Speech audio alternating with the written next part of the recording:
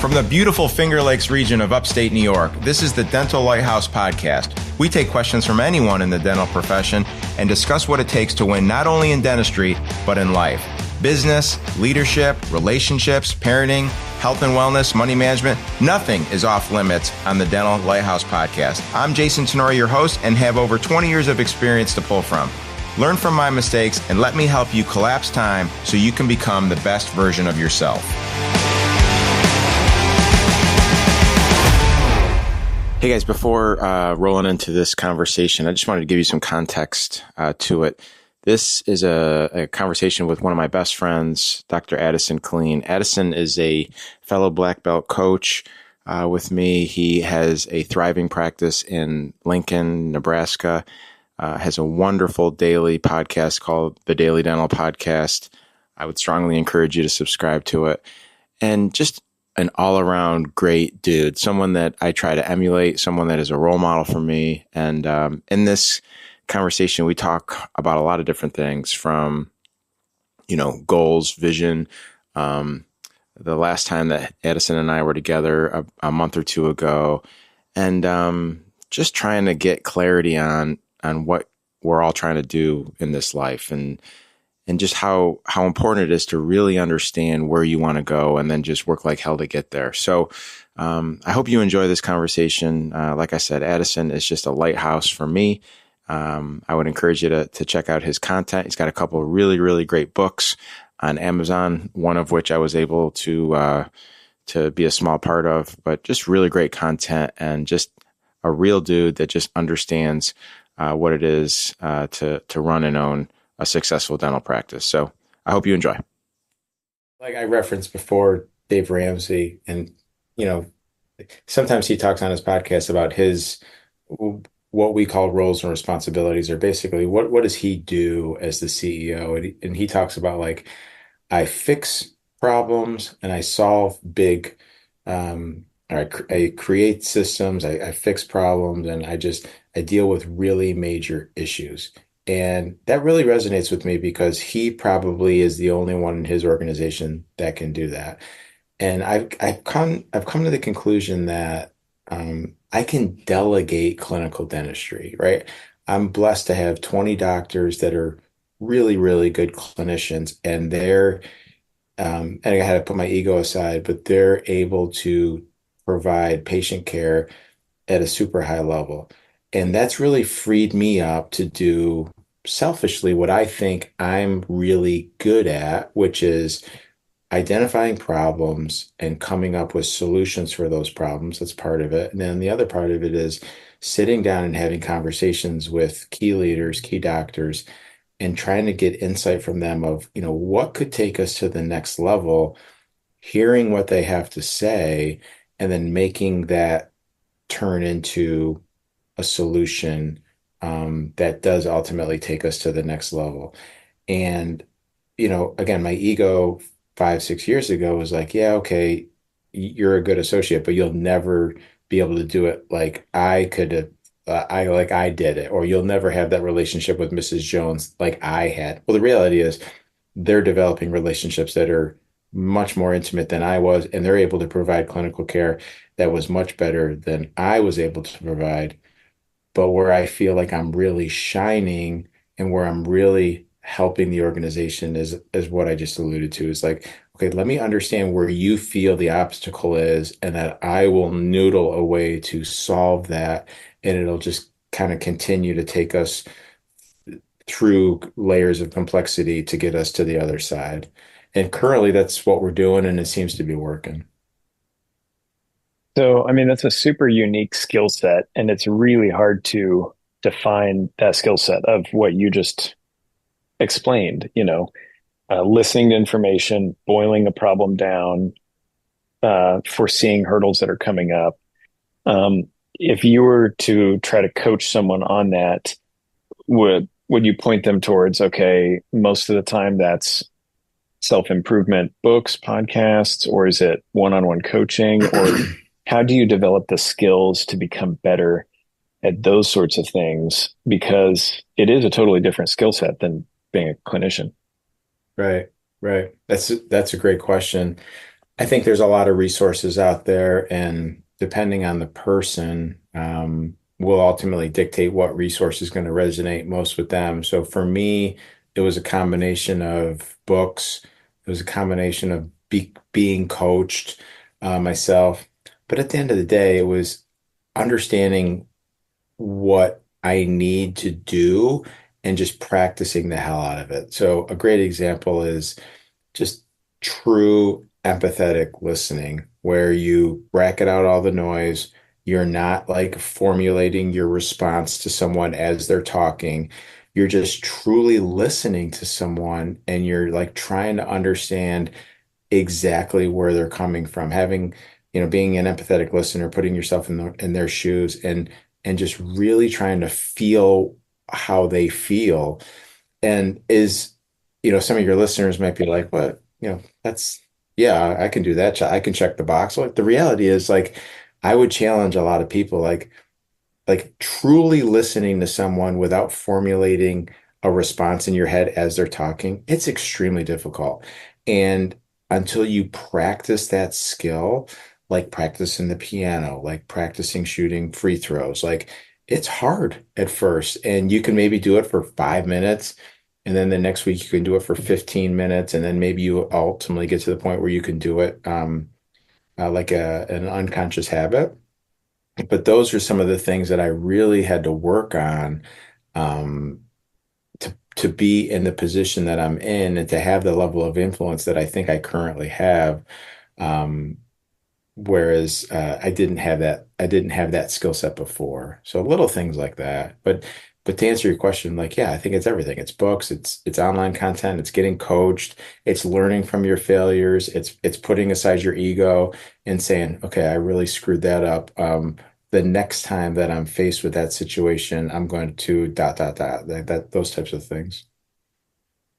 Is it also a clarity of purpose in knowing exactly where you're headed? I mean, to be that ingrained into that constant striving towards that level of a person. I mean, it seems like you got to be just fully focused on, I'm going to be, the CEO that they need. I'm going to be studying that, living that, breathing that, that sort of thing. I mean, is that kind of what's powered you for probably the last 5 to 10 years? Yeah, excuse me. Yeah, 100%, right? So like I'm all about service and it's not just a tagline. Like I'm truly trying to grow people. I'm truly trying to help people become the best version of themselves. Like, and I know that I will ultimately see the fruits of that labor either from a financial position or more importantly from a joy and fulfillment position. But if I can figure out a way to serve other people and figure out a way to make them better and remove obstacles for them, then I'm going to ultimately benefit from that in some way at some level.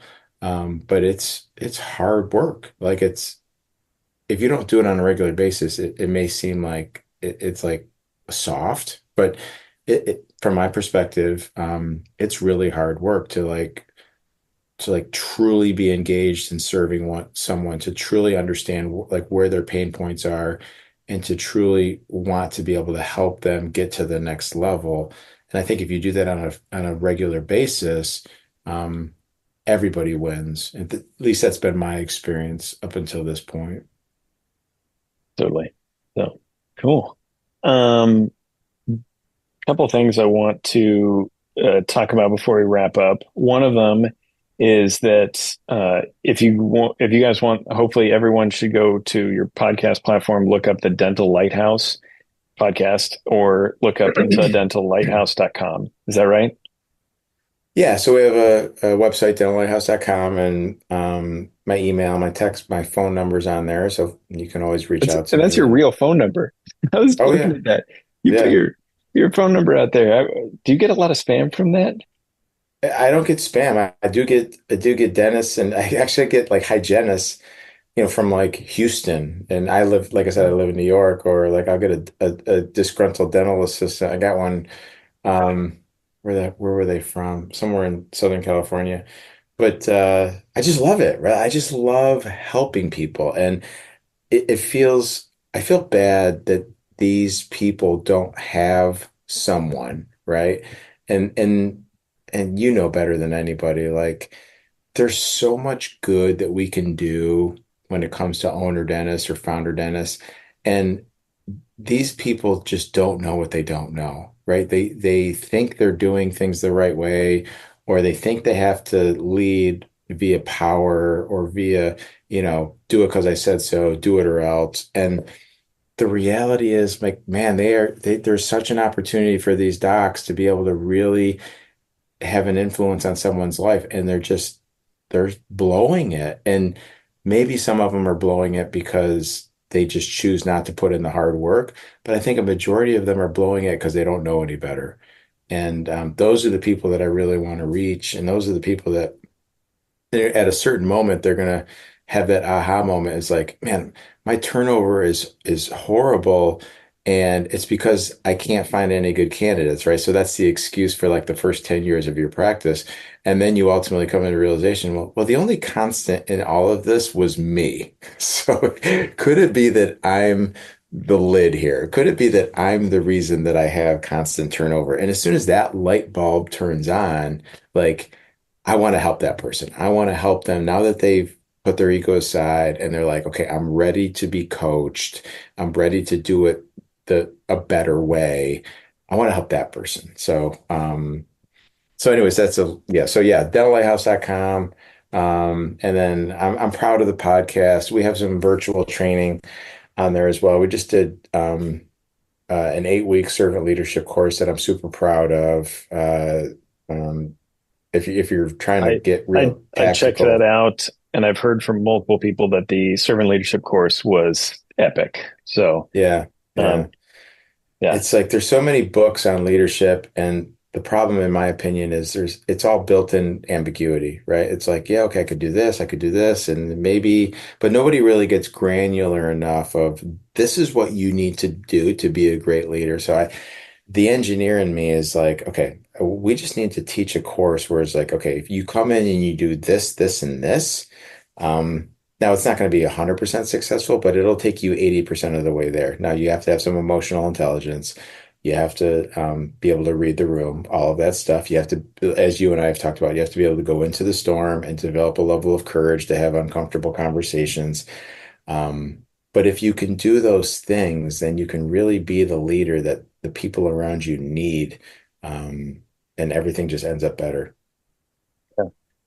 Well, it's so easy, if you were to talk in a biblical sense of saying, "Do the right thing," and you're like, "Oh yeah, let's do the right thing. Let's be a leader." But then it's yeah, sometimes we need like, no, if you see that grandma trying to cross the street, you help her across the street. Or if you see a piece of trash, you pick up that piece of trash. Like getting tactical, I think it helps paint a picture for, both us as a leader in the dental practice, but if we wanted to try to coach up our office managers or our team leaders, and would this course be good for like even, yeah, your OM or your lead hygienist or something like that? And that's what it's really intended for. We use it internally when we're onboarding an office manager and onboarding a team lead, or even if we have someone that says, I'm interested in becoming a leader, we expose them to this material and we say, okay, look, here's 8 hours of amazing material. And I'm a little biased, but I think it's amazing. Here's 8 hours of material. Watch it over the next couple months. This is how we lead in this organization. And if you still are interested in a leadership position, then yeah, let's have a conversation. Um, and your reference to office managers and lead hygienists is so spot on because I have nothing against dentists, right? I'm a dentist, but I think they would much rather just do what's comfortable, like go look for MB2, than have a real, candid, honest conversation with someone. So they leave that responsibility to an office manager, to a lead dental assistant, and they have no training.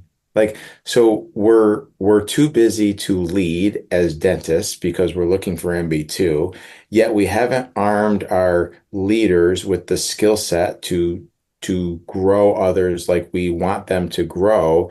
So there's this huge gap. So even when I'm on one-on-one coaching calls, like I've gotten to the point with docs where I'm like, look, I'm not taking this call unless you bring your office manager or your operations person or your team lead with you on the call because yeah, we can have a conversation. I know nothing will come of it. But once we bring someone on, then all of a sudden you hear the office manager say, Doc, I've been telling you this for months, right? So I just love like the action items that come for that, and I know they're going to get ultimately get done. But yeah, to answer your question, it's a great course. And again, I'm biased, but it's a great course for everyone. But it's really intended um, for OMs, team leads. There is some work on vision. At the beginning, we talk a lot about vision and core values. The vision part of it, as you know, ultimately has to fall on the doctor. You know, where does he want to take this thing? How big does he want it to get? What does he or she ultimately want? But after that, even the stuff like on core values, on how to run team meetings, that's where team leads can really start to shine. And then obviously the eight principles of agape love that we roll into servant leadership, but getting really tactical with the ins and outs of each of those eight principles. That's where I think team leads and office managers can really take this information and get tactical with it. Yeah. Cool. Nice. Well, yeah. So hopefully everyone, if they're checking, like check out your website, they'll see all that material. Yeah, yeah, for Final sure. thing, I want to go a little bit more personal. What was the most energizing thing for you over the past year, and what are you looking forward to that hopefully brings you more joy in the next year? Wow. So typically I get like a list of these questions ahead of time, Addison, so I can Sorry. like what is the most energizing thing from the past year? Huh. Well, as you know, and as you referenced, my wife and I celebrated 25 years of marital bliss. I'll say it's marital bliss. She might disagree, but and for those listeners that don't know, Kara and I were on a walk and we're like, you know, how can we celebrate 25 years? Do we want to go to Europe? Do we want to take a trip? How are we going to celebrate? And we were actually both rereading The Power of Moments at that time, a book that our mutual friend Mark introduced us to in Costa Rica. And it just came to us. We're like, look, we should find a place where we can just invite all of these amazing people to come join us and celebrate with us and see what happens, right? So it was just a crazy idea, but we ended up finding this humongous house on the Outer Banks, 25 bedrooms, each bedroom having a full bathroom, you know, shower, bath. So we knew we could invite couples and they could bring their kids and it would feel good. And that's exactly what we did. And we had people from all over the country come. Nobody really knew each other, but you know, Karen and I just kept relying on the fact that these are all great people. And when you put great people together in a melting pot, good things happen. And that's exactly what it was, as you know. And that I will have memories of that week for the rest of my life. It was just such an amazing week and just so many photos and videos and conversations of just awesomeness. And I'm so glad that we decided to do that. And it couldn't have gone any better. And I'm so glad that you were a part of that. It was just Thank awesome you for seeing you and your inviting us. Yeah. family. Our Yeah. kids and us, we had just, it was, it's kind of like the book Die from Zero from, I think, Bill Perkins. Yeah. He talks about inviting all of his friends down to a resort for a week. And he said, this is what heaven is like. You get Yeah. to wake up every day and spend it with your friends. And yeah, Yeah. that's Yeah. just like that, It was, waking up, seeing the sunrise over the ocean with friends and a good cup of coffee. Yeah. yeah. Yeah. Body surf, the kids body surfing on the sand and then the lazy river pool. I mean, and it just so happened that the Olympics were on. So we had that whole room where people were just like so engaged in the Olympic. It was just awesome. So anyway, so that's to answer your question. That's the one thing that's happened. The one thing I'm looking most forward to. Oh, wow, that's a tough one too. I'm looking forward to a ton of things. I'm looking forward to my 18-year-old son is playing college football, and he was a stud in high school, but college football is a different animal. So I'm excited to see how he navigates that. I'm looking forward to this podcast and really trying to serve as many people as possible. My wife and I are going to Italy in May for 2 weeks, and I'm using that as an opportunity to, from the book Clockwork, they talk about setting up systems in place where you could actually leave the business for a period of time, be totally unapproachable and come back and see what happens. So I'm gonna leave my business for at least 30 days and kind of see what happens. And as you know, Tim Ferriss has commonly said that you don't really have a business unless you can leave it for 12 months and come back and it's actually more successful than when you left it. And there's no possible way that we're in that position, but it would be nice to leave it for 30 days and come back and not have it burnt to the ground. So I'm excited to kind of test drive that. So those are some of the things that I'm eager to investigate over the next 12 months. Cool. Well, it's yeah, as kids grow up and encounter new hurdles, like more competition, different environment, like it's always interesting. One of the most popular posts on the Dental Success Network that I saw this last week was, what book should you recommend to is it your 13-year-olds or 12? How old are they? Yeah, so I have 14-year-old twins. One of 14. them's a lacrosse player and one of them's a baseball player. And I played baseball in high school and college, so I got sucked into coaching his team, and I love it. I say that with like, sarcasm, but I absolutely love it. And I mainly love it because it gives me a platform to not only make these kids better baseball players, but ultimately to make them great adults. And I'm very, very clear with the parents. Like, my number one priority is to turn your boys into great adults. And here are some of the concepts that we're going to unpack. And it's crazy, just like work, when you manage expectations that way, um, you give people the freedom to say, okay, that's for me or that's not for me, right? So I had parents that I recruited on my team, and they're like, we're looking more so for like a showcase team where it's all baseball all the time. Perfect. Like, we're not for you, right? And so with if you can provide your team that level of clarity, then it really frees them up to decide, okay, is this the right organization for you or not? But one of the things that we do, with what I plan on doing with this team is a book club, and I had asked on DSN, what books would you recommend? And it just got so many really good ones. A lot of the Jocko Willink books, some John Gordon books, and I ultimately decided to go back to a John Gordon book. I got them right here in front of me. Right, so. Yeah, I haven't read this one. So the hard hat, what is that about?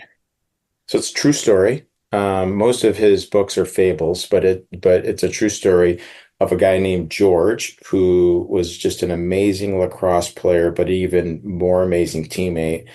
He actually switched positions while he was at Cornell, Division I Ivy League school. Um, and the book is about how he how he developed into a great teammate, and more importantly, how he made the people around him better. And it's told in a way like only John Gordon can tell. Chapters are like 2 or 3 pages, super digestible. You could read the book in an afternoon if you really wanted to, but when you're asking 13 or 14-year-olds to read a book, like you send them something like this, they're like, oh my gosh, is this the Bible? Like, no, it's going to take you. So I only want them to read like 2 or 3 pages, not to overwhelm them. Unfortunately, George ends up dying at a young age, and his legacy lives on. So he's been gone for, I want to say, almost 25 years, but they still have just a huge dinner for him to honor his legacy. And I mean, at the end of the day, that's kind of what we're talking about, right? So you and I have talked about, and Mark have talked about, like, the eulogy exercise and stuff like that. Like, what are people really going to say about you, like, when you're gone? And I don't think people are going to be like, man, Jason just could crush molar endo, build up crown in like 90 minutes. Like nobody did it like him, right? And I don't think people are gonna be like Addison, like he was just amazing at taking out these partial bony wisdom teeth. So if that's not the case, like what are people going to say about me? And not that I should be worried about that, but it's a real thing where I like how am I going to be remembered? And I want to be remembered as someone that just could serve other people and help them become the best version of themselves. My family and I are doing a Bible study together on the Bible app, and I actually talked about that this morning. I was like, I want to be someone where if there's any doubt, they would be like, what would Jesus do? That's how Jason acts. He would always ask himself, what would Jesus do in this situation? And if I could do that 85% of the time, then it's a win. And I think my funeral will be a happy place. Totally. Well, awesome. Well, I appreciate you sharing a little bit of that wisdom. I think it's very apparent to anyone who knows you, who has listened to you or seen you speak, or listens to the Dental Lighthouse, that you're looking for more life of significance than success. And so I appreciate you sharing a little bit of your afternoon. It's Friday afternoon here. And so, yeah, I appreciate you sharing some time and sharing all the wisdom and the book recommendations you shared. I know you shared a recent one with me called The Noticer by Andy Andrews. And yeah, I just finished it this morning, I'll tell you. And holy smokes, that is It's a good great, one. right? So, Yeah. oh Yeah. yeah. I love everything Andy Andrews does, Uh, but The Noticer is probably my favorite. He's most well known for The Traveler's Gift, which is a great book, but The Noticer and The Noticer Returns, just such great books. They're just so simple, easy reads, kind of like the Lencioni fables, but like, man, the message is just like, wow, like this is yeah. awesome. And sometimes for those people who don't want to read like a nonfiction, bullet points and that sort of book, when it's told in story format, like Yeah, Og Mandino or yeah, Andy Andrews, it's just more digestible and it's fun. So yeah, yeah, so I no appreciate question. that. Yeah, I'm glad Cool, you're man. enjoying it. Well, I appreciate your time this afternoon, and we'll let people join you over on the Dental Lighthouse. Yeah, appreciate the time, Addison. I enjoyed the conversation. Thanks. Thank you. That wraps up another episode of the Dental Lighthouse podcast. You have a choice today. Choose to be a lighthouse. Lighthouses are powerful and steadfast. They are beacons of light for others to reference when life gets turbulent. Go out into the world today and become a lighthouse for someone. Give more than you get. True joy comes from serving others. Start today. I'm Jason Tenori, your host. Thank you for listening to the Dental Lighthouse podcast. For more information, podcast show notes, or links to anything that we have discussed today, please check out our website, thedentallighthouse.com. We would love to hear from you. If you would like to get on the show, please email us at podcast@thedentallighthouse.com.